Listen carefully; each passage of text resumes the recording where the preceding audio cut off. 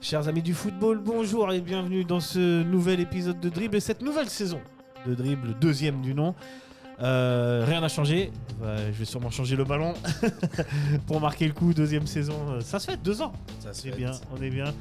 Et cette année on commence avec les previews et 3 previews en 3 jours parce qu'on est comme ça.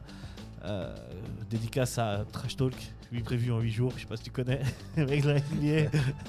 Ils nous écoutent pas, mais bisous à eux quand même, on les embrasse. Et aujourd'hui, on commence avec la preview de la première ligue du championnat anglais. Nous enregistrons le samedi 22 août, donc le match d'Arsenal a déjà eu lieu, Arsenal-Coventry. Et au moment où on enregistre, Manchester affronte Hull City. Mais c'est pas grave, on va quand même faire cette preview, les favoris, les outsiders.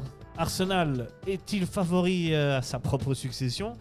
Est-ce que les deux équipes de Manchester et Chelsea peuvent venir titiller Arsenal ?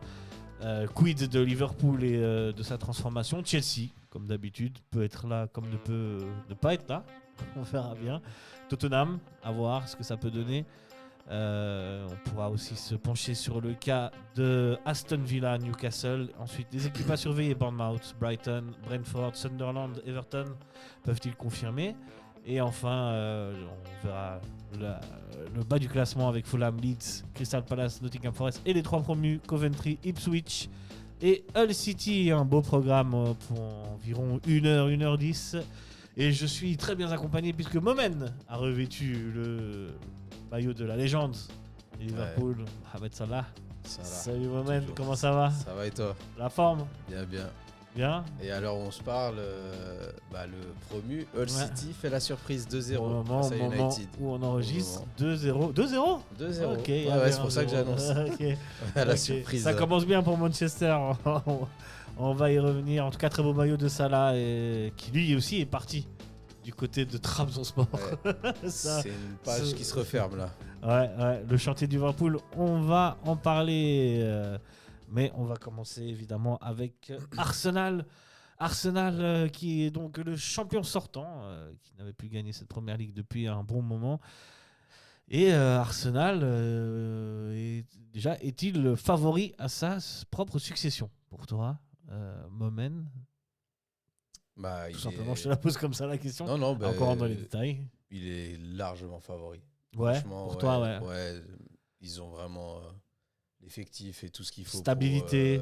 Là, on voit qu'ils ont eu beaucoup d'années difficiles, mais finalement, la patience aussi a payé avec Arteta, où il y a eu des moments un peu décriés, mais finalement, comme quoi... Le projet a commencé il y a 7 ans. Hein. Ouais. Arteta est là depuis 7 ans quand même. C'est fou, ça passe vite. Hein. Ouais. C'est fou. Du côté d'Arsenal, on est plutôt sur la stabilité, j'ai envie de dire. Pas beaucoup d'arrivées, même si quand même Konsa arrive. Bruno Guimaraes. Ouais, après il fallait c'est quand même... C'est pas mal, hein. C'est pour renforcer. C'est comme 2 belles arrivées. Ouais. T'as 2 belles arrivées. Et franchement, cette équipe, elle doit aussi composer avec des départs, quoi. Donc, quand tu sais que tu perds Trossard, il fallait trouver des solutions. Et avec le petit grec Tsolis, il a fait une belle première hier. Hein. Ouais. Franchement, il a lâché... il a donné une très belle impression aux supporters. Si les gens ne le connaissaient pas, ils vont l'apprendre à le connaître. Ils sont assurés pour toi. Ouais, pour moi, ils ont vraiment ce qu'il faut. Après, il y a encore plein de choses qui peuvent se passer. On n'est pas loin de la fermeture du mercato. Ouais. Mais on sait qu'il y a aussi un potentiel numéro 9 qui devrait arriver. Ouais. On parle de Julián Alvarez. Est-ce que ça va se faire ou pas ? Voilà. Mais en tout cas, c'est vrai que s'ils arrivent à ajouter cette plus-value dans leur équipe, je vois mal Arsenal ne pas gagner cette première ligue. En tout cas, ils ont les armes pour conserver leur titre, ça c'est une évidence. Stabilité, renforcement d'effectifs dans des postes où certains joueurs sont partis où il fallait renforcer.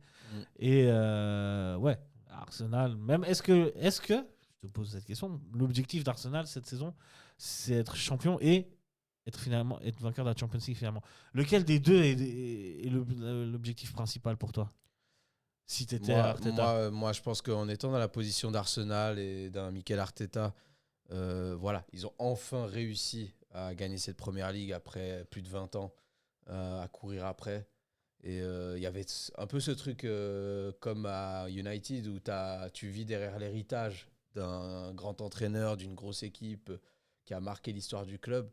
Il fallait arriver un peu à battre cette malédiction et arriver à réussir à enfin la soulever, cette première ligue. Et ils l'ont fait finalement.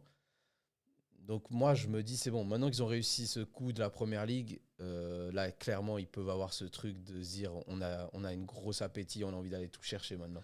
Ouais. Et en même temps, ils ont déjà pris le Community Shield. Est-ce que tu connais cette fameuse malédiction du Community Shield? L'équipe qui gagne le Community Shield, en général, ne gagne pas la première ligue. Ouais. Après, écoute, voilà, on verra si ça va se confirmer. On verra. C'est aussi bien des fois de jouer sur les stats pour les battre. Donc, je vais aller voir, c'est la dernière fois qu'une équipe qui a gagné Community Shield a remporté le championnat. Donc, il me semble qu'il y a une malédiction comme ça. Okay. Et mais ça veut dire que tu remets Manchester City sur le chemin alors. Manchester City ou United. On verra, on parlera en tout cas des équipes de Manchester. Mais d'ailleurs, en parlant un petit peu des adversaires, est-ce qu'il n'y a pas, j'ai envie de dire même plus que l'année dernière, un truc à jouer pour Arsenal? Quand on sait que City, avec le départ de Guardiola, part sur un nouveau cycle, Manchester United a commencé à se stabiliser la saison dernière, mais pas encore. Mais on n'a pas des certitudes, comme Arsenal. Liverpool est complètement sur un nouveau cycle avec Salah, etc. Chelsea, bon, on ne sait pas. Ça peut être bon comme pas bon. Tottenham, on ne sait pas trop non plus. Ils sont difficiles. Donc, finalement, l'équipe la plus stable derrière, ce ne serait pas Aston Villa. Au final, et donc est-ce qu'il n'y aurait pas là une opportunité vraiment pour Arsenal d'aller gagner un deuxième championnat, et je me demande même si ce serait peut-être pas plus facile cette saison que la saison dernière, alors qu'on dit toujours que la confirmation est plus dure, mais connaissant le contexte des adversaires, pourquoi pas? Franchement, oui.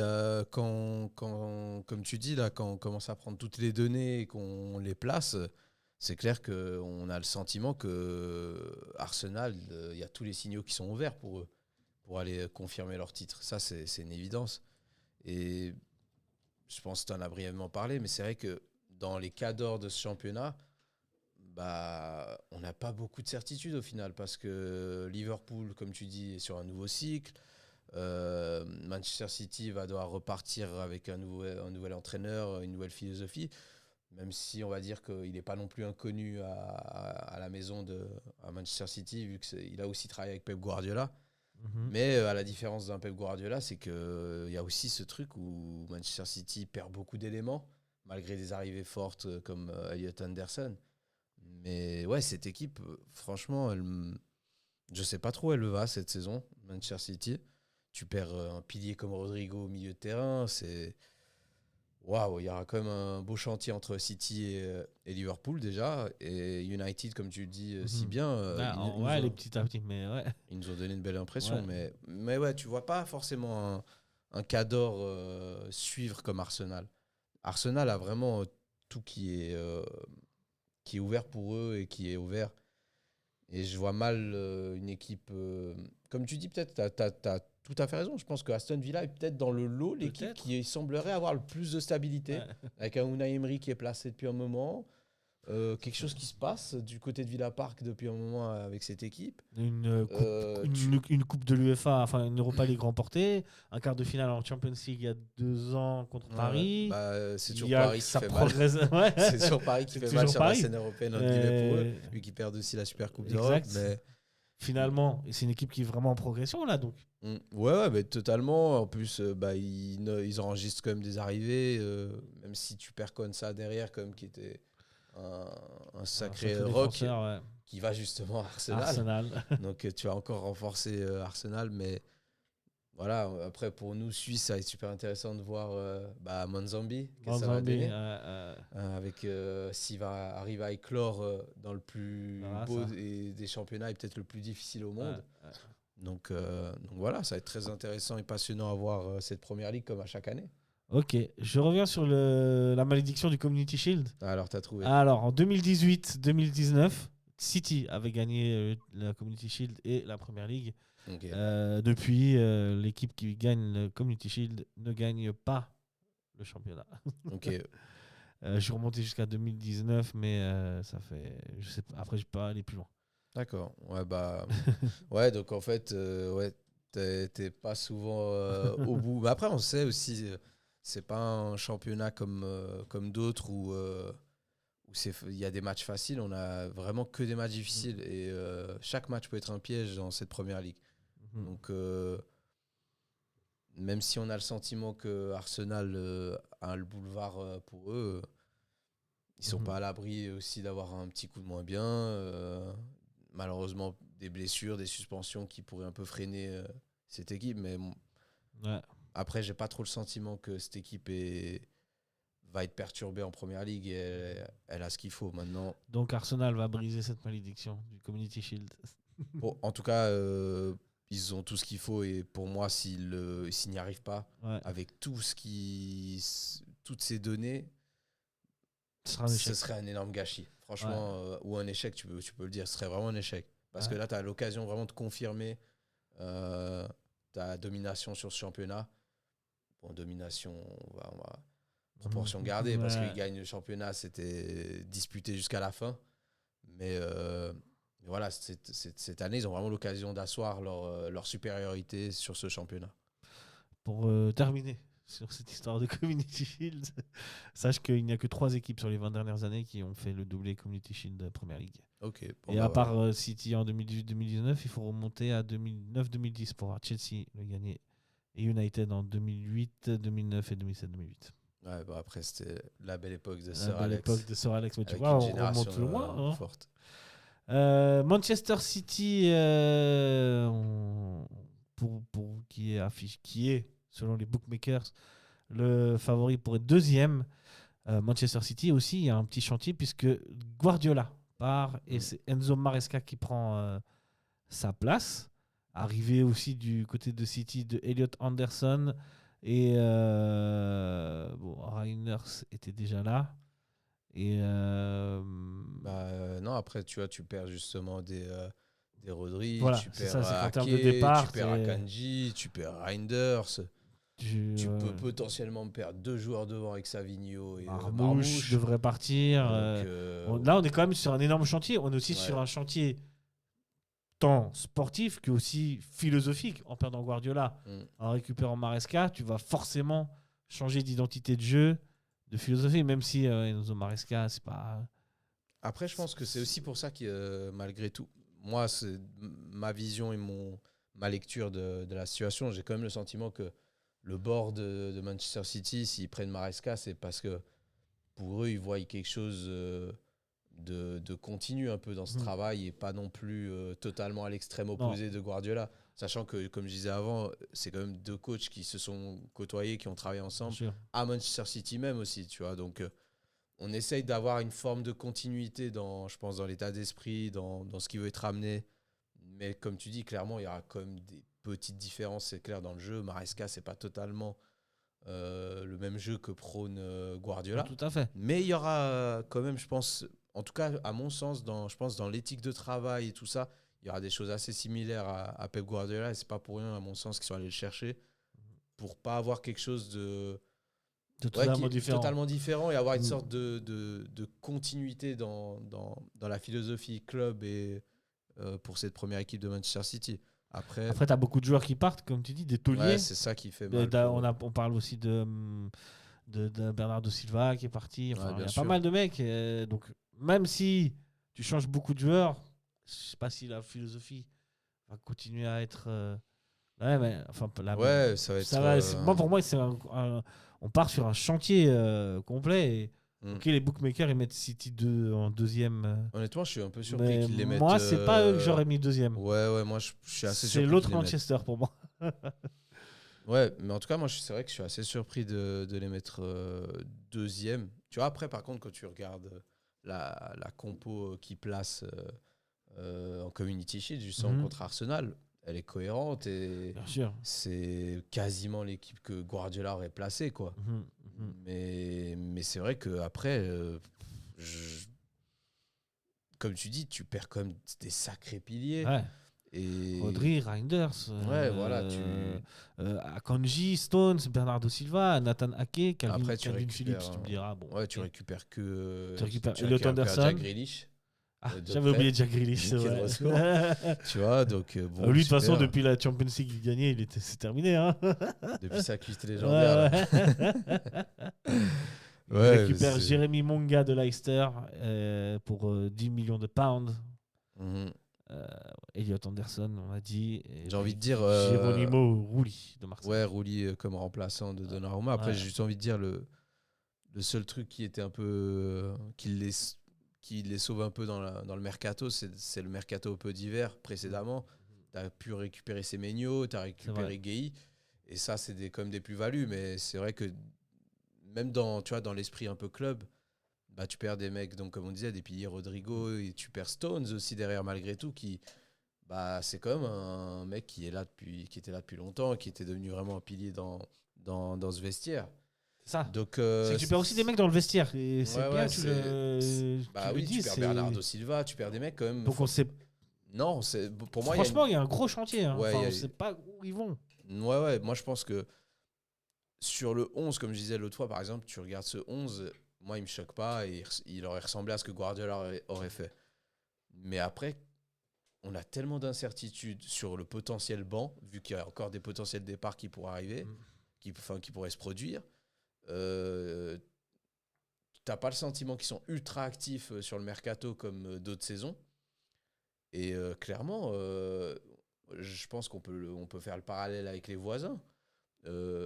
On l'a vu, ça a été une difficulté de reprendre pour le coach qui suit après le grand coach. Tu vois, genre, on se rappelle quand justement United a eu le départ de Ferguson et que derrière, comment s'appelle notre ami ancien entraîneur d'Everton le blond, David Moyes. Voilà, exactement. David Moyes qui reprend les rênes de United, ça a été tellement difficile. Ouais. Puis derrière, tous les successeurs qui ont repris United se sont mangés. Ouais. Et ils sont cassés les dents. Mourinho a été peut-être un des seuls qui s'est à peu près débrouillé parce qu'il gagne quand même une Europa derrière dans l'histoire. Mais c'est vrai qu'il n'y a rien eu qui s'est construit. Et puis ça s'est terminé avec l'échec cuisant de Ruben Amorim où c'était vraiment c'était une horreur complète. Et puis j'ai l'impression que c'était à l'image de leur club, quoi. Et donc pour revenir à City, là l'avantage c'est que je pense que City a quand même un club et un board qui est sain. Et surtout un board qui s'intéresse au foot, contrairement à United où pour moi ils sont plutôt orientés ils ont totalement délaissé. Business. Oui, ça on est d'accord. United tant que ça vend et c'est l'un des plus gros clubs du monde. C'est un club qui a des supporters dans le monde entier, plus qu'à Manchester. Manchester, la ville, elle vibre pour City, en vrai. Le populaire. Sauf les petits de notre génération, peut-être, qui ont vu United gagner. Mais en vrai, un mec de Manchester, je pense que 80% des gens là-bas sont pour City. Et donc, et aussi, comme tu dis, ils ont un board qui, lui, je pense que s'intéresse au foot. C'est le truc. Ce sera probablement, à mon sens, pour City, une période un peu transitoire. Et voilà, après, je les vois pas non plus. Je les vois pas tomber comme United. Top 10, top 12, tu vois. Je pense quand même qu'ils arriveront à se caler. Top 4, normalement. Allez, voire 5, mais je les vois pas descendre en dessous de 5. Oui, c'est clair. Je pense qu'ils arriveront quand même à rester assez haut. Mais ils ont quand même un sacré chantier à venir. Et puis, on va voir dans les prochaines heures si ils perdent Savigno et Marmouche, par exemple, aussi. Qui étaient quand même des joueurs qui pouvaient apporter en sortie de banc. Passons de l'autre côté de la ville, du côté de United, qui pour moi, depuis l'arrivée de Carrick, a trouvé une stabilité, une manière de jouer qui leur permet de gagner. Et si ça continue comme ça, en plus ils sont renforcés avec l'arrivée d'André Santos et de Youri Tillmans, très bon joueur. Franchement, Youri Tillmans, vraiment bon joueur, pour 35 millions de pounds en provenance de Villa Park. De Birmingham. Et bon, ils ont vendu Højlund qui définitivement part à Naples, qui était prêté déjà. Casemiro qui part. Enfin, pas de grosses pertes. C'est ça. Je veux dire, Jadon Sancho ne jouait pas. Non, il n'y aura pas d'impact. Donc finalement, voilà, ils sont renforcés au milieu. S'ils gardent cette stabilité là, franchement ça peut faire mal, même si c'est mal parti aujourd'hui. Mais je pense que ça peut être un très sérieux candidat En tout cas, la deuxième place. Et à embêter Arsenal pendant un moment. Bah oui, après, pour moi, ils ont vraiment laissé une très très belle impression depuis que Carrick Justin a repris l'équipe. Un mec du cru, quoi. Au final. C'est un peu aussi ce qui manquait à Manchester United. T'as perdu ton ADN. T'avais perdu ton ADN et comme tu disais si bien, bah malheureusement, on a aussi un board qui n'aide pas, quoi, et qui est plutôt concentré à faire du business que à se préoccuper du sportif. Et d'ailleurs, c'est pour ça qu'il y a un désamour qui est fort auprès des supporters. Et les gens en ont marre de voir des mecs venir salir leur club. Et franchement, ouais, ça entache l'héritage de Manchester United. Ce club, il est mythique. Et Bien sûr. Franchement, je pense que tu allais à Old Trafford, tu étais en panique. Et maintenant, tu es à Old Trafford, tu as l'impression de jouer dans ton jardin, tellement ça devient un espace qui n'est pas. Ouais, qui te fait plus peur, quoi. Et c'est vraiment triste. Il manquait beaucoup de choses dans United. Si on prend justement la fin avec Ruben Amorim, c'est catastrophique dans le jeu, mais même au niveau de l'homme, il n'a pas su gérer le groupe. Il y avait eu des sorties lunaires en conférence de presse quand tu viens critiquer Rashford ou autre. Tu fais pas jouer Kobe Mainoo, qui est un gamin du cru, qui avait été très bon avant. Enfin, plein de choix qui étaient étranges. Il s'entêtait à son système avec ses 3 joueurs derrière, son 3-5-2 qui marchait pas du tout. Et Carrick, il est arrivé, il a ramené cette identité. Stabilité, un 4-4-2. Pourtant, c'est drôle, c'est pas un joueur formé United. Non, mais pour moi, c'est un joueur United. Ouais, mais voilà. Je l'adorais quand il était à United. C'était un milieu récupérateur. C'était incroyable. C'est un super milieu de terrain. Mais c'est pour dire que justement, ce qui est fort, c'est que dans nos esprits, on a l'impression que c'est un joueur depuis toujours United, Carrick. Ouais. Mais en fait, non, il n'a pas été de United de base. Non. Mais c'est pour montrer que tellement il y avait un héritage, il y avait quelque chose de fort. Et que quand tu portais le blason de United, tu étais identifié à ça et tu prenais le poids de l'histoire et tu prenais tes responsabilités et tu les avais sur les épaules et tu y allais, on le ressentait, ça. Et ils portaient quelque chose, les joueurs de United. C'était des équipes qui étaient vraiment belles et il y avait quelque chose, il y avait une âme. Tu as l'impression que quand tu vas à United, tu restes United. Moi, si je te dis Beckham, tu l'estampilles, enfin tu le lies à quel club? Il est lié à United parce qu'il y a cette génération avec Gary Neville, Scholes, Giggs. Bon, ils ont vraiment fait toute leur carrière. Hein. Ouais, mais tu vois, c'est des mecs. C'est United. C'est United, même Rio Ferdinand. Tu vois. Pour moi, c'est des mecs si tu dois lier un nom à un club, tous ces mecs-là, pour moi, United. Il y a pas de. Ouais, mais c'est aussi la beauté du truc. Il y avait Dwight York. Mais il y a des joueurs qui ne payent pas de mine, mais qu'on oublie. Mais des Darren Fletcher. Fletcher, c'est United. Tous les jours. Tu vois je te sors des vieux joueurs comme ça. Patrice Evra, il a joué. Pourtant, il a fait Monaco, il a été belle. Ouais, mais il a laissé Patrice Evra, pour moi, c'est United. C'est sa meilleure période dans le club, c'est à United. Je prends des mecs qui payent, comme j'allais dire, qui payent pas de mine, des Nicky Butt, des Oshie, tu vois, c'est des mecs, ils payent pas de mine, mais ils portent ce maillot, c'est waouh. Vidic, tu vois. Mais t'avais une défense centrale, Vidic-Ferdinand. Mais qu'est-ce que tu veux faire avec ça? En fait, United avait vraiment une équipe à cette période-là qui est extraordinaire. Le seul problème, c'est qu'ils sont tombés sur le Barça de Guardiola. Ouais. Bon, mais même un petit peu avant, il y avait ce Manchester United Milan AC. Ouais. Et 1 ou 2 ans avant l'hégémonie du Barça, tu vois. Avec Kaka au top. Mais en tout cas, il y avait quelque chose. Et United, c'était Ferguson, c'était ce fameux Fergie Time, c'était ce truc. La dernière Champions League de Manchester, c'est celle qui gagne avec Solskjaer contre Bayern. Non, ils ont pris Ronaldo. Hein. Non, ils en prennent une avec contre Chelsea, justement, contre Chelsea. À Moscou. Ouais, c'est juste. Ils prennent justement en 2008 et l'année d'après, ils pouvaient faire le doublé, mais sauf qu'ils perdent en finale contre le Barça à Rome en 2009. Tout à fait. Donc, il me semblait bien que la dernière, c'était pas le Camp Nou avec Solskjaer et Sheringham. Parce que ce match, il m'a vraiment... il m'a marqué, tu vois. Ah ouais, c'était un finish de fou. C'était vraiment ouf. Mais c'était United. C'était United. Il y avait quelque chose. C'est plus ça, United. Ouais, exactement. Malheureusement. Les petits, ils comprennent pas. Non, ce que c'est United, en fait. Non, Comme ils ne savent pas ce que c'est Milan. Ouais, pour ceux qui sont adeptes du championnat italien, c'est clair. Ils n'ont pas vu toute la période faste ce que ces équipes-là représentent, en fait. Ouais.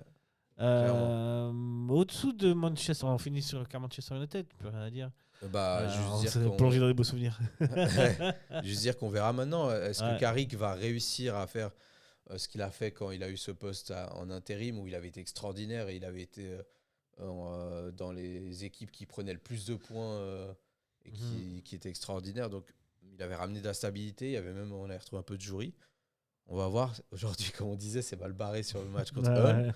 Mais à voir sur la durée de cette première ligue. On ouvre le dossier de Chelsea maintenant. Chelsea, bon, arrivée de Xabi Alonso déjà, me semble. Ouais, exact. Ça, déjà, c'est pas mal. Ça peut donner foi aux supporters de Chelsea. On a un projet correct. On se souvient de sa masterclass avec Leverkusen. Là, tu as presque lâché un truc où des fois, les supporters de Liverpool, ils se disent on aurait presque voulu l'avoir, même si ils ont quand même un très bon coach. On reviendra dessus. Ouais. Chelsea, comme d'habitude, c'est 1500 joueurs achetés avec l'arrivée de Morgan Rogers, Maxence Lacroix. C'est toujours des sommes folles, quoi. Ouais, Maxence Lacroix, c'est 51 millions de pounds, enfin, ça veut dire presque 60 millions d'euros. Ou de francs suisses. Palestra de l'Atalanta, Chavaria du Rayo, Emega de Strasbourg, Anderson qui revient dans un gros club. Ouais. Départ quand même de Cucurucella qui était j'ai toujours du mal à prononcer son nom. Cucurella qui part pour le Real pour 51,8 millions de pounds, soit environ 60 millions de francs suisses. Andrei Santos qui part du côté de United, Chaloba comme et voilà, d'autres joueurs, Tyreek George pour Everton pour 24 millions. Enfin, c'est dingue. Mais ça, c'est quand même un peu surprenant, tu vois, de lâcher un mec comme Chaloba qui a fait plutôt, lui, était un de ceux qui a été plutôt bon la saison dernière avec Chelsea et qui avait été plutôt solide derrière. Donc ça m'étonne un peu de l'avoir laissé partir aussi facilement. Après, vu la somme, est-ce que tu te dis...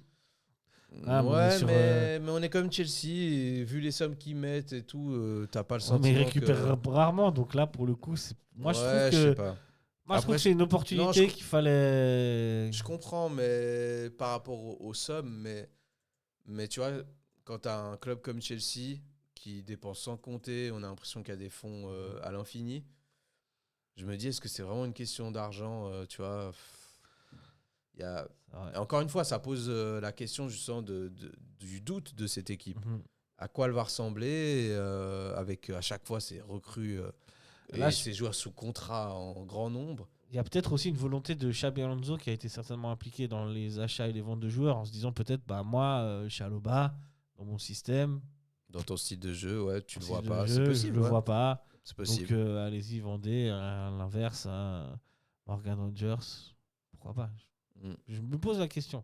Certainement aussi que Xabi Alonso a dû participer. Il y a toujours ce côté aussi où Chelsea achète beaucoup de jeunes, les prête dans toute l'Europe, en essayant de faire des...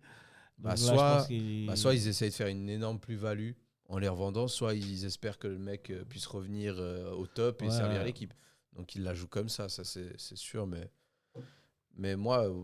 On peut poser quand même le dossier Morgan Rogers. Ouais, vas-y. Est-ce que déjà la somme, elle est quand même assez folle pour pas dire indécente.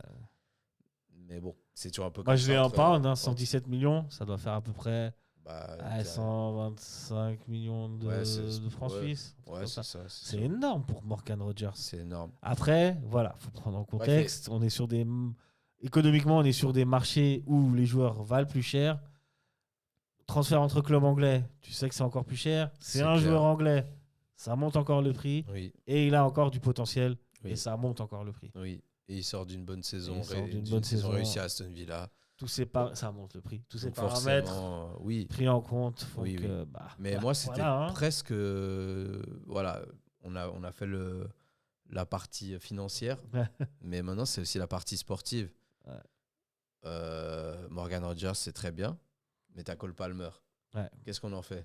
C'est vrai. Comment on va adapter et placer ces deux ? Moi, c'est aussi une de mes interrogations à Chelsea sur le plan offensif. Comment on va installer Morgan Rogers, sachant que tu as Cole Palmer qui est normalement ce 10, ce joueur qui... Cole Palmer souvent blessé quand même. Ouais, mais tu vois, la saison d'avant, il n'est pas blessé, il carbure, il est énorme. Il a même, voilà, on le voyait même avec la sélection anglaise. Est-ce qu'il portait peut-être pas trop cette équipe, Cole Palmer? Alors que tu as des milieux de fous, hein. Tu as Enzo Fernandez, tu as Caicedo. Franchement, l'association des deux, là, pour moi, c'est un des meilleurs milieux défensifs d'Europe et je comprends pas pourquoi ils n'arrivent pas à être plus haut, quoi. Après, c'est aussi plein de... Je pense il y a plein de choses qui se passent. Moi, je pense que si derrière, malgré tout, je prends le poste de gardien, il n'y a pas de réussite énorme sur les postes de gardien, quoi. Sanchez, il alterne le bon et le moins bon. Derrière... en défense, même, tu vois, genre... D'où l'achat de Lacroix. Ouais, Maxence Lacroix. Ouais, après, tu veux essayer de trouver un peu de stabilité. Mais si tu parlais de blessure de Cole Palmer, le capitaine Reece James, malheureusement aussi, il est sujet à pas mal de blessures. Même si c'est un très bon joueur. Après, voilà, t'as, par exemple, peut-être à Ils gauche... ont aussi pris Marco Palestra, qui est jeune aussi, mais de l'Atalanta, mais ils l'ont payé cher, 57 millions d'euros. Après, c'est toujours le truc avec ces joueurs qui viennent de l'étranger. Et est-ce qu'ils seront Première Ligue ready pour démarrer ou pas? Des fois, ils ont besoin un peu de temps d'adaptation. Ça, tu vois, on l'a vu avec... après, c'est pas forcément le même profil, mais tu l'as vu avec Liverpool, où on attendait mondes et merveilles, par exemple, de Florian Wirtz, et ça a été ultra compliqué. Voilà, la Première Ligue, c'est beaucoup plus physique, c'est ultra intense. Tous les matchs sont difficiles. Ça dépend des contextes donc, aussi, où donc voilà, il faudra voir après. Le contexte, justement, c'est aussi ça. Chelsea, le contexte, il est un peu difficile parce que tu n'as pas forcément énormément de stabilité ou de certitude. Et voilà, il faut quand même un sacré mental pour arriver dans ces groupes et tout de suite performer et être présent, quoi, et être prêt à l'emploi pour le coach et l'équipe. Quand même hypé par le fait que ce soit Xabi Alonso. Mais moi ça c'est pour moi, c'est comme tu dis, je crois que c'est le beau terme. C'est la hype, mais c'est surtout me dire, voilà, moi j'espère, parce que pour moi, je trouve qu'au Real Madrid, on lui a vraiment pas laissé la place de faire ce qu'il voulait. Non, après, on rentrera pas dans le contexte qui était, je pense, un contexte de vestiaire très difficile et qu'il l'a pas accepté. Mais à mon sens, voilà, quand on voit ce qu'il a été capable de faire à Leverkusen avec du temps, avec de la sérénité et de la patience, il a pu amener vraiment quelque chose de très très intéressant. On a vu une équipe de foot, mais vraiment fabuleuse avec Leverkusen. C'est vrai, c'était magnifique. Donc, j'espère qu'à Chelsea... Ils sont tombés à la fin. Ils sont tombés à la fin. Ouais, juste sur la finale, ils se ratent contre l'Atalanta. Mais après, sans revenir sur l'Atalanta, Gasperini, ce soir-là, c'est une masterclass tactique qu'ils ont placé l'Atalanta. Lookman, masterclass. Oui, et Lookman qui a été extraordinaire sur cette finale. Mais voilà, maintenant, moi, le seul truc, c'est que j'espère qu'on sera un peu patient à Chelsea et qu'on laisse Xabi Alonso installer les choses. Et surtout, j'espère qu'ils vont aussi un peu épurer tout ça et arriver à ce qu'on ait plus de clarté dans les contingents, donc sur le 11 de base et les 4, 5, 6 joueurs du banc qui pourraient apporter à cette équipe. Il faut qu'on retrouve un peu plus de clarté à ce niveau-là. Et Chelsea pourra être une équipe qui aura son mot à dire dans cette première ligue. Après, comme on a dit tout à l'heure, moi je pense qu'ils sont quand même bien en dessous d'Arsenal. Ouais, ça c'est clair. Enfin, tout le monde est en dessous d'Arsenal. Tout le monde est en dessous d'Arsenal. Oui. Même City. City, City, ça va être... Voilà, on l'a dit, mais on verra. En tout cas, ça va être intéressant de voir justement ce qui va se passer en dessous d'Arsenal avec toutes ces équipes. Et en dessous d'Arsenal, on continue avec le dossier des Reds. Liverpool, on ouvre le dossier Départ de Salah, départ de Robertson, départ de Konaté, départ de Curtis Jones. Quand même, là, en termes de poids historique, en termes de poids dans le vestiaire, c'est aussi le départ du coach. Oui. Mais là, pour le coup, je crois que les supporters sont très contents. Et arrivée de Iraola, anciennement coach de Bournemouth. Oui. Je ne fais erreur. Oui. Bournemouth. Hey, very good. Arrivée de Victor Munoz en provenance d'Osasuna. Arrivée de Ifeanyi Ndoueke en provenance de l'Austria de Vienne. Ronald Araujo du Barça a été prêté à Liverpool. Et Jérémy Jacquet de Rennes pour 60 millions de pounds, soit environ 70 millions d'euros. Ça, c'est une folie, encore une fois. Folie. C'est une folie. Parce que je pense que tu prends un panel de fans de foot et tu leur parles de Jérémy Jacquet. Ouais. Rennes, ils sont refaits. Ouais, mais Rennes, c'est extraordinaire. Voilà, ils sont en train de prouver que c'est un bon des top clubs dans la formation. Hein. Ouais. Ils sortent toujours des joueurs. Et Liverpool est donc arrivé dans le denier Iraola, effectivement, en provenance de Bournemouth. Là, on est sur un énorme chantier, quand même. Certainement que la chose la plus hype à Liverpool, c'est le coach. Ouais, et puis là, surtout, comme tu dis, on a quand même à chaque ligne le sentiment qu'on a perdu un joueur fort. Et peut-être, je dirais pas fort, mais influent plus que fort. Ouais. Je sais pas si Robertson, fort, je te donnerais Konaté. Après, mais Salah n'était plus le Salah de quand même de Robertson non plus, mais après quand même c'était Robertson à son top. C'était légende, bien sûr. C'était l'énorme latéral gauche, quoi. Mais c'est le moment de tourner la page. Oui, c'était le moment de tourner la page, c'est une évidence. Peut-être que Wirtz de cette année pourra peut-être plus s'exprimer avec le départ de ces gars-là.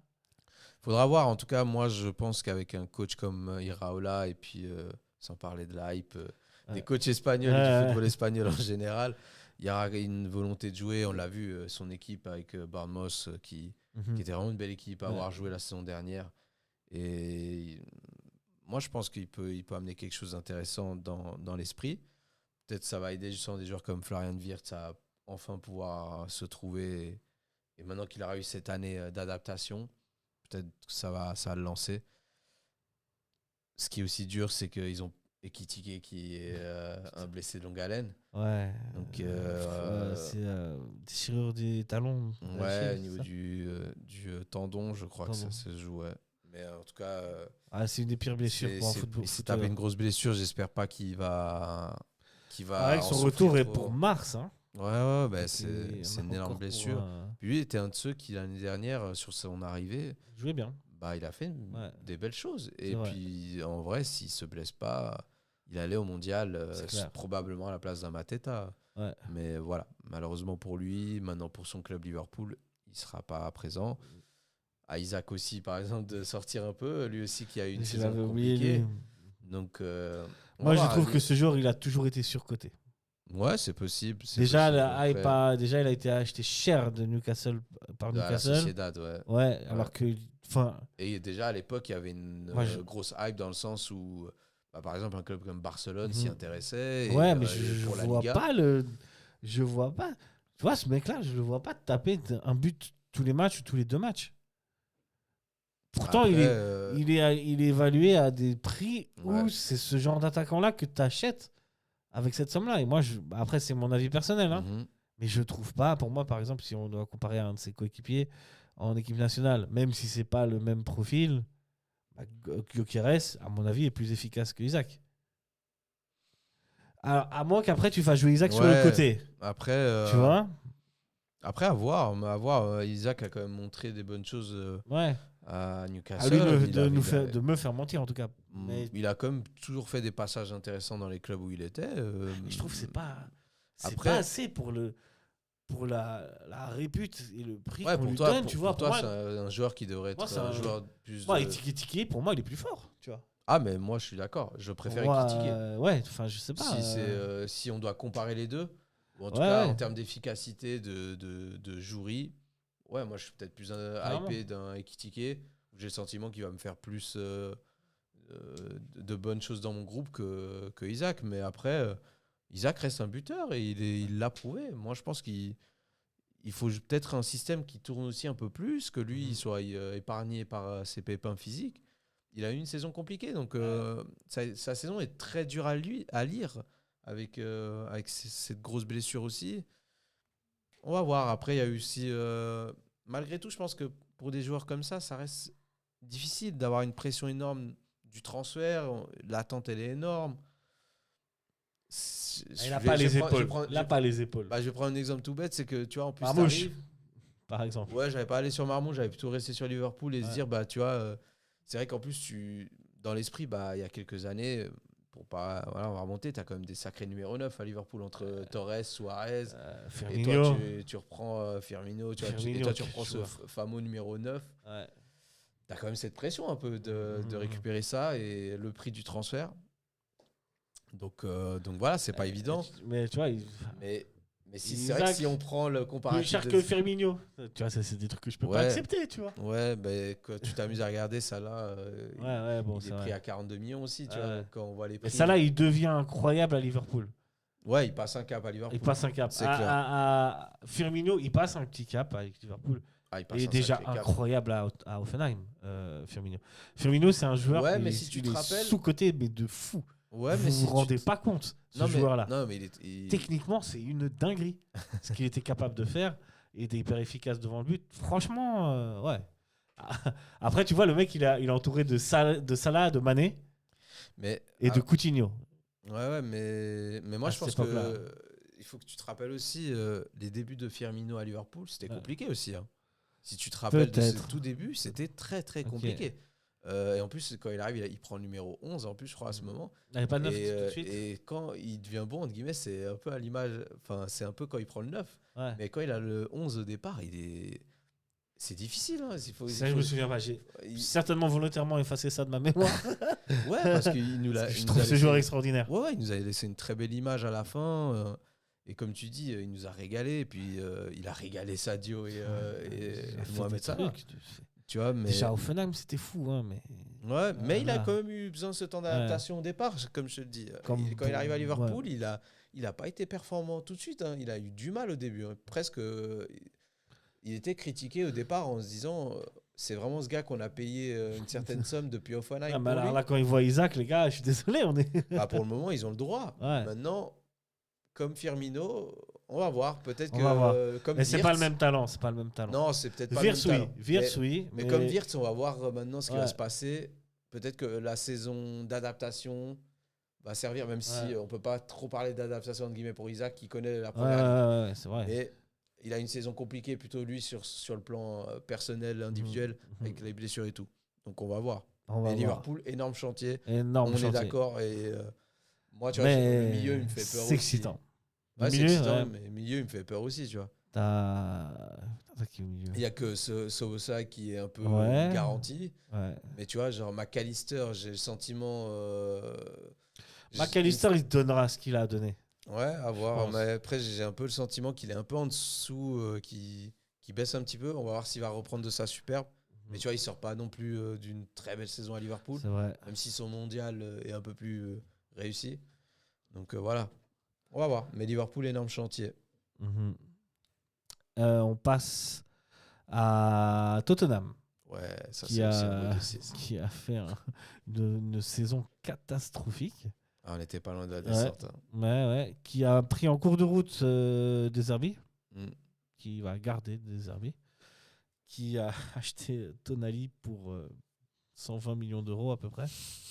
100 millions de pounds.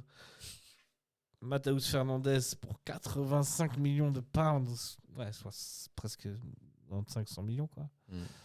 Van Dijk pour 52 millions. Enfin, il y a eu beaucoup de mouvements à Tottenham. Maintenant, est-ce que ça va suffire pour refaire monter Tottenham dans les 5-6 premières places? Beaucoup de départs aussi, mais voilà. Non, parce que la preuve en est, c'est que la saison dernière, quand on regarde sur le papier, l'équipe, elle est super intéressante. L'équipe, quand même. Hein. Il y a des très bons joueurs. Ouais. Mais regarde, la preuve, c'est qu'ils étaient pas loin de descendre. De fou. Donc, en fait, cette année, encore une fois, quand tu m'annonces les recrues, je me dis c'est intéressant. Ouais. Franchement, c'est pas moche. De plus, on parle de Savigno et de Marmouche qui pourraient arriver. Ouais. Donc en fait, sur le papier, Tottenham, je trouve pas ça dégueu. Mais depuis plusieurs saisons, je sais pas ce qui se passe dans ce club. Mais ils ont le petit Matistel là, moi j'aime beaucoup ce gars. Mais c'est un latéral, super joueur lui aussi. Super joueur. Matistel, c'est non, super. Il y a Kudus, il y a Richarlison. mais efficace Richarlison. Hein. Mais il a été efficace au début de saison. Ouais. Après, il s'est éteint très vite aussi. Quoi. Moi, j'ai toujours bien aussi aimé Xavi Simons en milieu. Mais... lui aussi, grosse blessure. Grosse blessure. Donc, lui, il revient quand ? Je sais pas. Je sais pas du tout, mais lui aussi, ça a été la grosse blessure en fin de saison et qui l'a pris du mondial. Ouais. Mais non, après. Tonali, c'est une bonne chose quand même pour le. Tonali, ça semble être quelque chose c'est un sacré de joueur, beaucoup plus sûr et tu as une certaine garantie avec un Tonali au milieu. Mais après, Fernandes aussi, il sort d'une très belle saison. Si son équipe n'a pas été au niveau, mais qu'elle s'est un peu donné espoir jusqu'à la fin de la saison, de rester en première ligue, c'est grâce à des joueurs comme lui. Hein. Parce que franchement, c'était compliqué West Ham. Donc, West Ham, c'était l'adversaire de ceux qui descendent. Oui, ça se joue entre les deux au final. Mais... D'ailleurs, ça donnera en Championship à West Ham Millwall. Le 11 septembre, je crois. Le 11 septembre en plus. Je crois, c'est un truc comme ça. Attends, je vais le vérifier. Décidément. Il y a un deuxième 11 septembre qui aura lieu. Aïe. Ouais, non, mais en plus, c'est... Pour ceux qui ont vu le film Hooligan, ils comprendront bien sûr. La rivalité. Même, c'est une vraie rivalité. Hein, je veux dire, la dernière fois que ces équipes sont affrontées en Cup, ça s'est très mal passé. Ouais, c'est pas le 11, c'est le 19 septembre. Match aller aura lieu dans le stade de Millwall à 13h30, messieurs et mesdames. la Championship, au passage, si on fait un très bref parenthèse, il y a des clubs, ça sent bon les années 90 et 2000. Hein. Tu as du Middlesbrough, du Watford, du Bolton, du QPR, Portsmouth, Bristol, Burnley, West Ham, les Wolves, Cardiff, tu as Derby County, Norwich, Southampton, ça c'est des clubs Stoke City, Birmingham FC. Et au milieu, tu as tu connais Wrexham, le club des acteurs hollywoodiens là. Rob McElhenney, je sais plus comment il s'appelle. Ah, ok. Et comment il s'appelle? Attends, il est connu. Vas-y, sors les noms. Je vais sortir les noms. Mais tu vois, mais après, on fait très vite le parallèle de la Championship. Très vite fait. Moi, par contre, c'est vrai que là où c'est fort, quand tu as ces fameux 3 promus de Championship en Première Ligue, c'est que ces mecs-là, ils sortent d'une saison mais tellement interminable et difficile. Ouais. C'est vraiment un vrai parcours du combattant pour monter en Première Ligue. 45 matchs. C'est une folie. Et si tu n'es pas dans les 2 premiers, tu vas taper des barrages et des barrages. Enfin, playoff barrage. Voilà. Tu vas te taper encore 5 ou 6 matchs. Ouais. Tu arrives à 50 et quelques. Ouais, c'est sans Coupe d'Europe. Hein. C'est une dinguerie. C'est incroyable. Non, j'avoue, c'est un parcours de... Ryan Reynolds et Rob McElhenney. Ah, ok, voilà, Ryan Reynolds. Exact. Et Rob McElhenney dans It's Always Sunny in Philadelphia. Si vous ne connaissez pas cette série, c'est incroyable. C'était le petit conseil série de Vijan. Allez-y, foncez. Allez-y, foncez. Et c'est clair, cette Championship, elle est infernale. Ouais. Mais elle donne envie cette année. Hein. Elle me rend aussi hype que la deuxième Bundesliga l'année dernière, il y a 2 ans. Où tu avais Hambourg, le Hertha, Schalke, Nuremberg, tu vois, ce genre d'équipe-là aussi. Après, c'est un peu aussi... moi, je trouve que par rapport à l'Angleterre, je trouve que c'est aussi un peu la beauté du football anglais. Tu as une forme de fierté, d'histoire qui sont assez... Ouais, il y a un peu comme tu dis ce mot en anglais, ce legacy, cet héritage qui est tellement important, et peu importe le statut du club. Bien sûr. Et il y a quelque chose vraiment où tu es emporté par ça et c'est assez beau. Et comme les noms que tu as cités, il y a plein de ces clubs qui ont été en Première Ligue. En tout cas, en Première Division anglaise, parce que le nom Première Ligue vient depuis bientôt 30 ans. Mais... 1922, ça date. Ouais, donc voilà. Mais en gros, c'est des clubs qui sont historiques et qui ont connu des périodes fastes. Ah là, les noms, c'est des noms qui C'est des noms, comme tu as dit, qui nous ont marqué sur nos débuts de Première Ligue. Quand nous, on regardait la Première Ligue au début. Ouais. Puis c'est sûr que si je te sors, je sais pas, je te dis Bolton, tu vas me sortir 1 ou 2 joueurs. Okocha. Okocha, clairement. Radi Jaidi, le Tunisien. Moi, je me rappelle d'Anelka aussi qui a fait les bons joueurs de Bolton, bien sûr, tu vois. Et franchement, il tombait 2-3 des belles à Bolton. C'est clair. Je me rappelle du gardien finlandais Jääskeläinen, tu vois, des mecs improbables comme ça, tu vois. Donc tu peux sortir. Moi, il y a un mec qui a joué en Première Ligue, que ce soit Bolton, Portsmouth et tout. Mais tu peux t'amuser à regarder. Calamity James à Portsmouth. Ouais. À un moment. Mec, il y avait un super joueur que j'adorais quand c'était à Portsmouth, croate, Kranjčar, qui était un très beau joueur. Mais t'as eu tellement de bons joueurs qui sont passés dans ces clubs. Mais moi, ce que j'allais dire, c'est un mec, Matthew Taylor, mec. Une grosse patate du gauche. C'est un spécialiste. Tu peux mettre gros but de Première Ligue. Alors lui, t'en as mis 2-3. Les conseils foot maintenant. Les conseils série. Mais ouais, comme tu dis, il y a tellement d'histoires dans cette première. Et c'est pour ça aussi que cette Première Ligue marche. Et en termes de droits télé et compagnie, c'est qu'il y a un storytelling qui est extraordinaire dans ce championnat. Il y a une histoire, il y a un truc. Et même, il y a une culture dans ce pays. On parle souvent de culture foot. Il y a une culture foot en Angleterre. Ça a été inventé là-bas. Mais tu vas dans des matchs de 5e division. Ouais, il y a quelque chose. Ils sont 10 000 dans le stade, tu vois. C'est le club du quartier. Et tout le monde soutient le club du quartier. Peut-être, et je suis même pas sûr, ils soutiennent un grand club à côté. Oui. Mais le club du quartier, et quand le club du quartier va jouer contre la grosse équipe, ils seront tous derrière, tu vois. Ouais, pas avec le grand club. Non, c'est clair, c'est clair. Non, c'est fou. C'est un truc. J'adore. Ouais, c'est ouf. Le temps file, mon très cher Momen. On va s'intéresser à Aston Villa, qui pour moi pourrait être la surprise de ce championnat. Je veux dire, Aston Villa qui finit dans le top 3 cette année, ça me surprendrait pas. Alors je m'avance un peu. Hein. C'est un peu ce qu'ils recherchent, entre guillemets. En tout cas, ça conforterait leur travail et leur progression, c'est clair. Parce qu'ils ont réussi à être ils sont arrivés en Champions. Maintenant, c'est bon, ils sont requalifiés pour la Champions.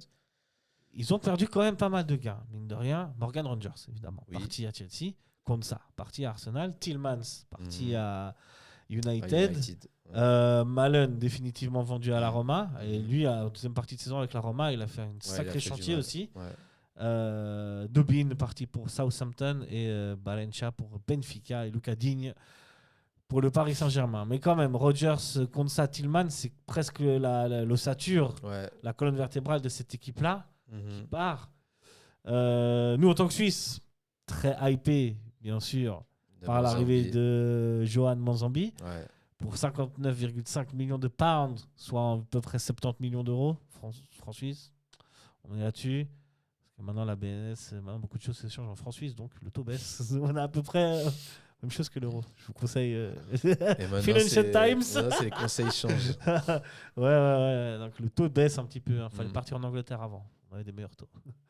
Bref. Mais oui, t'as raison. T'as raison, c'est l'interrogation peut-être de cette équipe. Même si on a le sentiment que c'est que ça reste des départs majeurs. Et c'est vraiment. Il reste toujours un coach exceptionnel, Unai Emery. Pour moi, ça reste une masterclass de coach. Je trouve que malheureusement, on lui a un peu manqué de respect sur le Paris. passage du Paris Saint-Germain. Beaucoup trop. En France, et même Arsenal, tu vois, je trouve que tu vois, dans ces gros clubs, on l'a un peu décrié, alors que c'est vraiment un coach qui est super intéressant, qui amène vraiment des trucs à ses équipes. Et elles sont joueuses, ces équipes. Bien sûr, et elles font plaisir à voir. Il sort le plus beau match de l'histoire du Paris Saint-Germain, c'est le 4-0 contre le Barça. Et il y a plein de joueurs qui manquent ce jour-là. Tu joues avec Rabiot, des mecs qui ne sont pas confirmés à l'époque, tu vois. Ouais, c'est un peu le match qui révèle Rabiot exact. Aux yeux du monde, quoi, entre guillemets. T'as une masterclass de Draxler. S'il est devenu Draxler, tu vois. Donc, tu vois, c'est un coach du golf, je crois. qui est capable de prendre le meilleur de ses joueurs, même si ce n'est pas des joueurs connus qui ont fait des choses avant. Et en ça, moi, je suis assez confiant. En tout cas, pour Manzambi. Après, il y a d'autres gars qui arrivent aussi. Hein. Il y a Suzuki, le gardien japonais. Alors c'est pas mal, c'est un sacré coup parce qu'ils l'ont piqué au Paris Saint-Germain. Ouais. Il était en bon, il va être reprêté, je crois, encore à Parme ou à la Juve. Je suis pas sûr que c'est cette saison-là qui va... Ouais, mais c'est possible vu que j'ai pas vu de... Parce qu'on en avait brièvement parlé peut-être d'un truc pour Dibou Martinez. Tu sais pourquoi il va pas à Paris à cause de l'agent de Suzuki qui demandait trop. C'est con quand même. C'est con. C'est con. Après... Ouais, je sais pas. Pour Suzuki, il y aurait peut-être eu un coup à jouer à Paris. Parce que Safonov a fait le taf, mais il peut être bousculé. Ouais, donc, il y aurait eu un truc à jouer pour lui. Mais voilà, pour revenir à Aston Villa et la Première Ligue, ouais, moi, je pense que, comme tu dis, il y a quand même une forme de stabilité avec Unai Emery. Et puis, je pense que le club, il lui donne bien les clés. Et ils ont confiance en lui. Et franchement, depuis qu'il est à Aston Villa, il fait un travail extraordinaire avec cette équipe. Justement, c'est un peu l'équipe qui sait jouer les troubles faits parmi les gros. Et actuellement, c'est un gros, Aston Villa. C'est un gros. Après, on a dit, il y a quand même beaucoup de gars qui sont partis, mais t'as des bons joueurs au milieu de terrain. T'as plutôt des bons joueurs en défense. Moi, je pense que t'as des bons joueurs. Après, c'est... Comme tu dis, peut-être qu'il y aura un petit temps d'adaptation. Mais après, moi, quand je vois... après, c'est qu'un match. Et c'est un match un peu sous... Même si c'est un trophée la Super Coupe d'Europe. Mais quand tu vois la Super Coupe d'Europe... Ils ont montré des belles choses. Ouais, voilà. Moi, j'ai pas vu une équipe qui a été totalement déstabilisée. Ils ont quand même dérangé le Paris Saint-Germain. Oui. Donc, je pense que cette équipe est quand même compétitive. Et comme tu as dit, c'est l'équipe qui a aussi son coup à jouer pour aller se placer top 3. Hein. Clairement. Vraiment. Moi, je pense que même si... Je sais pas si on peut dire que l'équipe, en termes de qualité, elle est moins bonne que l'année dernière. Mais avec Unai Emery qui reste là, avec le taf fait depuis ces 2-3 dernières saisons, la stabilité, c'est très important pour un club de foot. Oui. Enfin, moi, je les vois, ils peuvent arriver à faire les troubles faits. Ouais, moi, en fait, quand je regarde un peu... En soi, si on s'amuse à voir les départs, Konsa qui part, je pense que c'est possible, tu vois, on arrive à faire ça. Ouais. Même si c'est un très bon joueur, j'enlève rien aux trois. Bien sûr. Très bon joueur les trois. Tillmans, là j'ai un peu plus compliqué. De doute, tu vois, là, je trouve qu'il avait quand même un poids très important dans ce milieu. Donc là, ça peut jouer. Rodgers, moi je me dis, la chance que tu as, c'est que dans un sens, tu libères la place pour un Mozambique. C'est ça. Tu vois, donc si Johan il est capable de nous montrer, et moi je pense qu'avec le temps il sera capable de le faire, s'il nous montre ce qu'il a fait à la Coupe du Monde, il pourra s'installer gentiment. Donc Ruggieri à la place aussi de Konsa. Ouais, pourquoi pas. C'est ça. Donc en fait, si on doit faire un choix un peu entre les trois, moi celui qui me fait un peu le plus mal pour eux, c'est presque Youri Tillmans. Ouais, je suis d'accord. La perte. Trop important au milieu de terrain et dans la construction des offensifs. Ouais. Après, ils ont pris Joao Gomes, je t'avoue, ne pas connaître. Tu vois, après, moi personnellement, moi c'est là où je me dis peut-être que ça va faire un peu mal au début pour cette équipe. Mais pour moi, ça reste comme du très lourd, hein, Aston Villa, et ça va le faire. Hein. Ils vont traîner en haut. Ils vont traîner en haut de la Première Ligue. Je pense. S'ils me font une surprise et qu'ils se retrouvent en bas, voilà. Alors que dans cette émission, j'ai dit qu'ils peuvent aller top 3. Peut-être qu'on reprendra tout ce qu'on a dit là. Hein, bien sûr. Après, c'est aussi le jeu. C'est aussi le jeu de prendre bien sûr. quelques risques. Mais moi, je prends le risque. Je pense qu'Aston Villa, ça peut être top 3. Après, tu as quand même l'éternel John McGinn qui est là. Tu vois, après avoir... ce qui est triste aussi pour eux, c'est que tu n'as pas Onana. Je crois qu'il est blessé. Ah, il est blessé? Ah ouais. Il me semble qu'il est blessé. Ok. Donc ça peut jouer. Après, tu as des mecs qui ont quand même montré leur fiabilité en Première Ligue. Des Ross Barkley, des Boubacar Kamara. Voilà, je pense que ça va le faire. Après, c'est clair que c'est peut-être pas Tillmans, mais ça peut le faire. Ça va le faire. Pour cette équipe. Ils vont trouver. De toute façon, moi, j'ai confiance en Unai. Non, moi, je suis d'accord avec toi. C'est vraiment un super coach. Et moi, ça m'énerve un peu d'être un peu dans un truc réducteur avec ce coach. Tu vois, ce côté genre... parce qu'il parle pas bien français, on se moque de lui, tu vois. En français, en anglais. Parce que même en anglais, on se moque un peu de lui pour son accent, mais au final, moi, dans ce cas-là, frérot, parle en espagnol et voilà, tu vois. Non, parce qu'il aurait parlé en espagnol, on l'aurait critiqué. On aurait dit, il s'est pas adapté, il parle, tu vois. Alors qu'au final, le mec, il a fait l'effort en France, en Angleterre. Et on arrive encore c'est bon, les gars, franchement. Moi en France, j'ai trouvé vraiment. Non, je trouve qu'on doit mettre un peu plus de respect sur le nom de Unai Emery, qui est clairement un des super coachs européens. Équipe à surveiller, je vais te donner, on va avancer, des noms de clubs et tu vas me dire si tu les vois première partie ou deuxième partie de tableau. Newcastle. Nouveau coach, plein de jeunes joueurs. Départ de Tonali. Je pense qu'ils vont se fixer entre 10-12. 10-12. Je pense 10-12. Ok, deuxième partie de tableau. Ouais, ou s'ils sont 10, ils arrivent juste première partie. Bournemouth. Départ de Marco Rose, l'Allemand, remplace Iraola. C'est plutôt un coach qui a une certaine expérience. Hein. Après, est-ce que ça peut faire aussi bien que l'année dernière? Ça va être difficile. Hein. Tu sais, quand tu sors d'une saison aussi réussie, quand tu as un petit club comme ça, c'est très difficile. Tu vois, ils finissent 6e, hein, c'est ça? 6e. Donc, tu vois, c'est énorme. C'est énorme. Et il y a quand même, malgré tout, une des super pépites pour moi, c'est Kroupi, quoi. Et malheureusement, il est blessé, quoi. Et lui, moi, ça me fait chier, d'ailleurs, tu vois. J'aurais voulu le voir démarrer la saison. Il y avait une hype autour de lui et elle était légitime. Et c'était l'occasion. Allez, je reprends un joueur qui était avec lui et qui est passé à City, c'est Menyo. C'était l'occasion pour lui aussi de confirmer tout ce qu'il avait montré de bien la saison d'avant en explosant de son talent avec un statut de joueur plus confirmé, titulaire dans cette équipe. Voilà, malheureusement, ça ne se fera pas. Mais ça sera Bournemouth pour. Mais Bournemouth.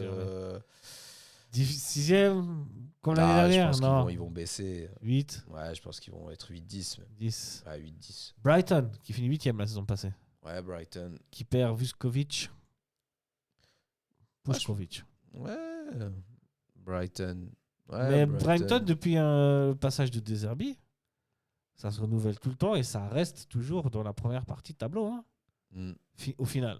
Ouais, beaucoup de joueurs qui partent et qui reviennent. Et tu as toujours un ou deux joueurs qui sont intéressants et qui intéressent les autres clubs après Première Ligue. Ils arrivent toujours un peu à tirer leur épingle du jeu. Donc, ce sera une équipe de milieu de tableau, Brighton, clairement. Ouais. Je les mets. Avant 10 ou derrière 10? Ouais, je vais quand même prendre le risque de les placer. Allez, je les mets 11e. 11e. Brentford. Brentford, moi, à voir. Les datas. À voir. Les datas, je crois, ils sont placés. Toujours bien. 9e la saison passée. Hein? 9e la saison passée. Ouais, mais ils finissent. Je pense qu'ils sont vus assez haut. Et.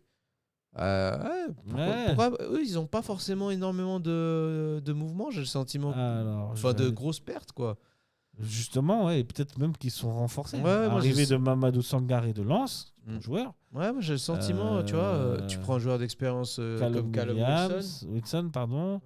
Yannick Zucher de Salzbourg, à voir ce que ça va donner. Moi je me dis, ils peuvent jouer les troubles faits. Départ de Henderson, simplement. Moi je prends le pari de dire qu'ils peuvent jouer les troubles faits. Brentford. Genre, tu sais, dans ces places un peu 7, 8, tu vois, un 6. peu. Allez, go. Allez. Non, en tout cas, Brentford 6. Je pense qu'ils peuvent aller jouer un peu les troubles faits, Brentford. On va parler de. Je prends le risque. Que serait une émission de dribble sans citer le nom de Granit Xhaka. Le grand granit. Le grand granit, masterclass. Sunderland, incroyable, 7e la saison dernière. C'est un petit peu effondré sur la fin. Ouais, c'était moins bien sur la fin. Mais Sunderland a très peu bougé. Jusqu'à hier, Sunderland n'avait pas recruté. Et ils ont recruté, ça s'est fait très récemment, un joueur de Toulouse. Dayan Metali, Thomas Meunier qui arrive libre. Alors lui, je vous dis, suivez-le. Voilà. Suivez-le. Latéral gauche, ultra intéressant. Déjà au TFC, c'était vraiment intéressant. Moi, je pense qu'il faut le suivre. Et en plus, il a un profil pour la Première Ligue. Ok. Adam Nelson aussi, qui sont arrivés libres, et départ de Mayenda pour Rennes, d'Anthony Patterson pour Wrexham, le fameux club de Hollywood. Des joueurs qui sont partis libres à QPR Rangers. Sunderland, ça n'a pas beaucoup bougé. Ça a fait une très bonne saison. De nouveau, stabilité égale résultat. Des joueurs qui se connaissent. Après, des fois. Sunderland, ça fait mieux que 7e ou pas? Après, des fois, tu surjoues et puis l'année d'après, en fait, tu reviens à ton vrai niveau, entre guillemets. Mais sache que Granit Xhaka ne surjoue jamais.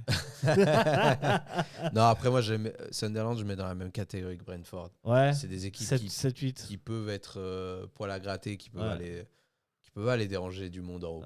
Ouais, je pense aussi. J'ai envie d'y croire. Surtout que Sunderland va jouer l'Europe aussi cette saison. Ça va être cool. Yeah. On avait parlé de Xhaka, il voulait à un moment donné de partir en transfert à Chelsea. C'est début de transfert, début de mercato, on parlait beaucoup de Xhaka. Et Sunderland a réussi à garder tout le monde au final. Personne d'importance ne part. Xabi Alonso, il avait envie de récupérer Granit. Après, moi j'aurais trouvé très drôle le transfert juste pour voir un peu l'arrivée à l'Emirates. Mais j'aime aussi l'attitude de Xhaka à dire mec, je pense qu'ils sont tous, les joueurs, ils se sont dit oh les gars, on est en train de construire un truc pas mal là. Venez, on tente une deuxième saison tous ensemble, personne part. Ouais. Et à moins d'une offre énorme en tout cas, pour tel joueur, mais en tout cas là, il y a un truc qui marche, et puis en fait c'est un coach Régis Lebris qui a déjà avec la montée depuis la Championship, qui est là avec ce groupe, qui s'est installé. Puis comme tu dis, il y a peut-être un truc un peu familial qui s'est installé à Sunderland, et les joueurs ils s'y sentent bien, et puis comme tu dis, je pense même les nouveaux arrivants, j'ai le sentiment qu'ils seront bien accueillis, que ça peut faire un très bon mix pour que ça perdure dans quelque chose de très positif. Donc eux, ils ont presque un peu plus de certitude que Brentford. Non, même pas Brentford, c'est la même chose. Moi, je pense que c'est deux équipes qui sont un peu similaires. Ça sera, même que ça soit au niveau des maillots. Ouais, c'est vrai. Non, ce sera un peu similaire, je pense.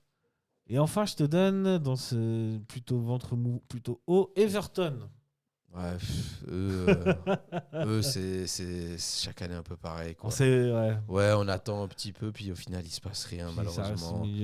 Et cette année, j'ai pas le sentiment qu'ils vont me faire encore mieux, quoi. Moi, j'ai presque envie de dire des mecs comme Jordan Pickford, c'est bien, t'es fidèle, mais essaie de te trouver une porte de sortie, je sais pas. C'est pas un bourbier que ça, Everton. Franchement, est-ce vraiment Pickford, c'est pas génial. Il peut prétendre à être dans un meilleur club? Honnêtement, tu es quand même gardien de la sélection anglaise, donc tu peux mériter quand même mieux, quoi. S'il y a bien un poste où les Anglais ils sont pas bons. Après, le problème déjà au-delà de ça, en plus c'est vrai, historiquement on dit pas que les gardiens anglais sont très bons, mais c'est vrai qu'il y a aussi ce truc où le problème du poste de gardien il est compliqué. Quand tu as ton numéro 1 installé, c'est un peu difficile d'aller chercher un gardien, à moins qu'il y ait des chaises musicales qui s'installent. Mais il est pas dégueu, Pickford. C'est de loin l'un des meilleurs gardiens anglais de ces 20 dernières années. C'est bien pour ça. Même il est meilleur que Seaman pour moi. Ouais, c'est possible. Seaman, il faisait beaucoup de bourdes. C'est bien possible. Mais c'est pour ça que je dis, tu vois, que presque pour moi, c'est un gardien. Personnellement, je suis Pickford. Je me dis, mais c'est bon, j'en ai marre de me taper des saisons tout le temps en milieu de tableau ou à me battre en bas. Voilà, tu vois. J'aimerais avoir un truc un peu plus compétitif et un truc où j'arrête de me prendre des rafales chaque week-end, quoi. J'ai l'impression que je vois beaucoup Pickford sur des highlights ou dans les matchs quand tu regardes Everton, mais il se fait, je sais pas, il se fait bombarder. Il se fait bombarder. Everton, c'est difficile, et je pense que même les supporters, ils en ont marre depuis un moment. Et bon, on va voir, mais j'y crois pas beaucoup pour cette équipe. Pour moi, c'est une équipe. Si elle Franchement, si elle arrive à être 10e, c'est bien. On a fait les équipes qui normalement ne devraient pas descendre. Toutes celles qu'on a citées, à moins qu'il y ait un accident qui peut arriver. Là, on est sur des équipes on a les 3 promus, plus 1, 2, 3, et plus 4 autres que je vais te donner. On va aussi essayer d'aller assez vite. Fulham, Leeds, Crystal Palace, Nottingham Forest. Est-ce que parmi ces 4-là, tu envoies une descendre? Après, il nous restera les 3 premiers. Coventry, Hull City et Ipswich Town. Très bonne question. Fulham, Leeds, Crystal Palace, Nottingham Forest. Crystal Palace, en vrai, je ne pense pas. Non, après, je pense que si tu regardes les dernières saisons en Première Ligue, ça n'a jamais été facile pour les promus. Ils ont souvent fait l'ascenseur. Souvent. Donc, ça montre aussi la densité et la difficulté de s'installer en première ligue. Nottingham est resté. Mais, ouais, depuis quelques saisons. Mais moi, je sais pas. Moi, déjà, si j'attaque les promus, ouais. Ipswich Town, ça va être dur. Ouais, ça va être dur. J'aurais dit Hull aussi, c'est dur, mais bizarrement. Ils sont en train de battre Manchester. On en est à combien d'ailleurs? On va voir maintenant, c'est ce que je voulais aller regarder justement. Mais... Vas-y, alors au passage, c'est des Ipswich Town et Coventry. Hein, Victoire de 2-0 contre United. Ok. Mine de rien, Ipswich Town, c'est une équipe qui a beaucoup recruté. On sait que des fois, beaucoup recruter et trop chambouler l'effectif, finalement, c'est pas très très bon. Le savais-tu? Ouais. Ashley Young, jusqu'à la saison dernière, jouait encore à Ipswich Town. C'est beau ça. Parti à la retraite. L'autre équipe qui a beaucoup recruté, qui est coachée par Frank Lampard, c'est Coventry. Coventry qui a aussi pas mal recruté. Ouais. Plus de 120 millions de pounds investis pour Coventry. Est-ce que ça suffira pour eux et Ipswich à tenir et à rester dans cette première ligue? Non, honnêtement, pour moi, ça semble un peu difficile pour ces équipes. Tu vois, quand on a cité un peu toutes les équipes avant, j'ai pas le sentiment que ces équipes-là, elles vont sur la durée se faire devancer par les promus, quoi. Surtout Coventry hier. J'ai vraiment le sentiment que ça va être très très dur pour ces promus cette saison. Et Hull City. Ouais. Après, tu vois, c'est vraiment plus des équipes assez particulières parce que quand ces équipes aussi, ça sent les années 2000-90. Hein. ouais, mais c'est assez. Mais quand tu vas t'amuser à regarder, c'est des équipes où il n'y a pas forcément énormément de joueurs expérimentés de la première ligue, quoi. Alors que je sais pas, moi j'ai quand même des incertitudes fortes et j'ai le sentiment que c'est un peu les trois promus qui sont les favoris à la descente, quoi. Ouais, j'ai un peu ce sentiment maintenant. Je suis globalement plutôt d'accord avec toi. À eux de nous tromper, à eux de nous faire mentir. À eux de nous tromper. Ouais, Fulham, Leeds. Nottingham Forest, ça va être compliqué quand même. Ouais. Mais Nottingham, ça va être un peu compliqué. Dans quelques minutes, on aura un match assez intéressant. Forest et Leeds. Ouais. On va voir. Sunderland qui va à Ipswich. Brentford Tottenham à 18h30 qui est pas mal. Okay. Donc voilà, on va voir un peu ce qui va se passer. Mais pour moi, j'ai le sentiment que les promus, ils vont souffrir cette saison. Ouais. Il y en a pas. Tu sais, il y a des saisons où tu te dis que ce promu-là, il va rester. Il y a ce promu-là, il a un petit truc, il va nous faire des coups. Là, j'ai pas trop ce sentiment, même si Hull City, ils ont assuré aujourd'hui contre United. Mais je sais pas, j'ai pas le sentiment sur la durée que ça va le faire pour ces équipes. Eh bien, en tout cas, il y en aura 2 sur 3 de ces équipes qui descendent. 2 sur 3 ? Ouais, je pars sur 2 sur 3. Ok, pas mal avec Nottingham. Je sais pas pourquoi j'ai envie de mettre. Alors que Nottingham, c'est un club historique. Hein. Oui. Mais Palace, je les vois pas tomber. Fulham, j'en sais trop rien. Leeds non plus. Mais on verra bien. Il nous verra bien. C'est la beauté de la saison. Tu sais quoi, moi je dis aussi Coventry, Ipswich et Nottingham Forest. Donc Hull se maintient. Ouais, Hull se maintient. Ok. Ou un des trois se maintient. Mais après, Frank Lampard, Coventry. Bon, hier ils ont pris une sauce, mais c'était Arsenal. Oui, c'était Arsenal après avoir contre d'autres équipes. Mais avoir après Lampard, ça s'est souvent très bien passé en Championship et beaucoup moins en Première Ligue. On récap alors avant de se quitter. Champion, Arsenal. Ouais. On est d'accord sur ça ? Favori. Ensuite, top 5. Top 5, normalement, on devrait retrouver Chelsea, United, Aston Villa et City. Ok, City en 5. Ouais, je pense que City serait autour du 5-4. Okay. Moi, je vais mettre United en 2. Je vais mettre Aston Villa en 3. City en 4. Et tu sais quoi pourquoi pas Tottenham en 5. Et Chelsea en 6. Bah écoute, je pense que les supporters de Tottenham ils signent. C'est clair. Si tu c'est clair. Mais je prends des risques. Parce que Chelsea avec Xabi Alonso, ça me hype quand même pas mal. En tout cas, la différence pour Tottenham et De Zerbi, c'est que cette fois-ci, il redémarre la saison. C'est lui qui a fait le groupe sûr. Et tout ça, c'est aussi une différence. Il reprend pas une équipe en cours. Quelques questions. L'équipe surprise pour toi, ce sera qui? Une équipe qu'on n'attendra pas là où elle sera. L'équipe qu'on n'attend pas cette saison. Aston Villa en top 3. Dans un sens, ouais. Après, il y a quand même un truc un peu attendu. Sunderland top 6. Ouais. Ou Brentford, puisqu'on parlait des deux. Moi, j'ai envie de... Allez, on va se lancer. Qui sait qui pourrait être une belle surprise de cette première ligue? Et si, moi je mettrais bien Brentford ou. Brentford, tu vois, qui t'ont. Brentford ou Sunderland qui nous refait le coup, quoi. Si. L'entraîneur qui sera le viré en premier.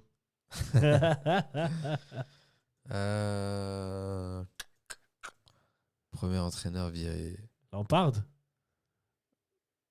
J'avais envie de dire Lampard. Avec Ipswich, le pauvre. Non, pardon, avec Coventry. Juste pour que. Parce que ça. Allez, peut-être ça va être le folklore. De Zerbi. Possible. Vu que, voilà, mais bon, on va voir. Mais après, non, ça, moi, probablement plutôt dans les équipes de bas de tableau. Ouais, certainement. Ouais. Qui aura ce risque-là. Et enfin, quel serait le meilleur transfert, le joueur qui va te surprendre, qui devrait nous surprendre? T'as parlé du petit Toulouse. Ouais. Alors, pour moi, je vais pas aller sur des grands noms. Justement, j'ai envie d'aller sur citer des joueurs un peu méconnus. Donc, pour moi, c'est clairement Dayan Metali. Il faudra suivre. Alors, il a eu des blessures sur la fin, ce qui fait un peu du mal dans son parcours à Toulouse. Mais c'est un profil qui est ultra intéressant. Un grand gabarit, latéral gauche, assez bon balle au pied. Et moi, j'ai le sentiment que c'est, entre guillemets, ce genre de profil qui peut s'imposer en première ligue. Donc, affaire à suivre. Affaire à suivre, ça pourrait être le latéral gauche de l'équipe de France un jour. Ouais, à voir. Surtout dans un poste un peu meurtrier en équipe de France. Et là, j'espère que si ça marche, on la ressortira. On la ressortira. Merci, Momen, pour cette super preview. Première ligue. Premier épisode de cette deuxième saison. C'est le 37e, je crois, qu'on fait depuis le début de l'histoire de ce podcast. Et on va enchaîner. On en a fait des dribbles. On en a fait, et on les a tous réussi. Chers amis du football, merci de nous avoir écoutés, likés, commentés. Vous pouvez commenter aussi vos favoris, etc. Et on se retrouve très bientôt à suivre la preview espagnole. Ciao. Ciao.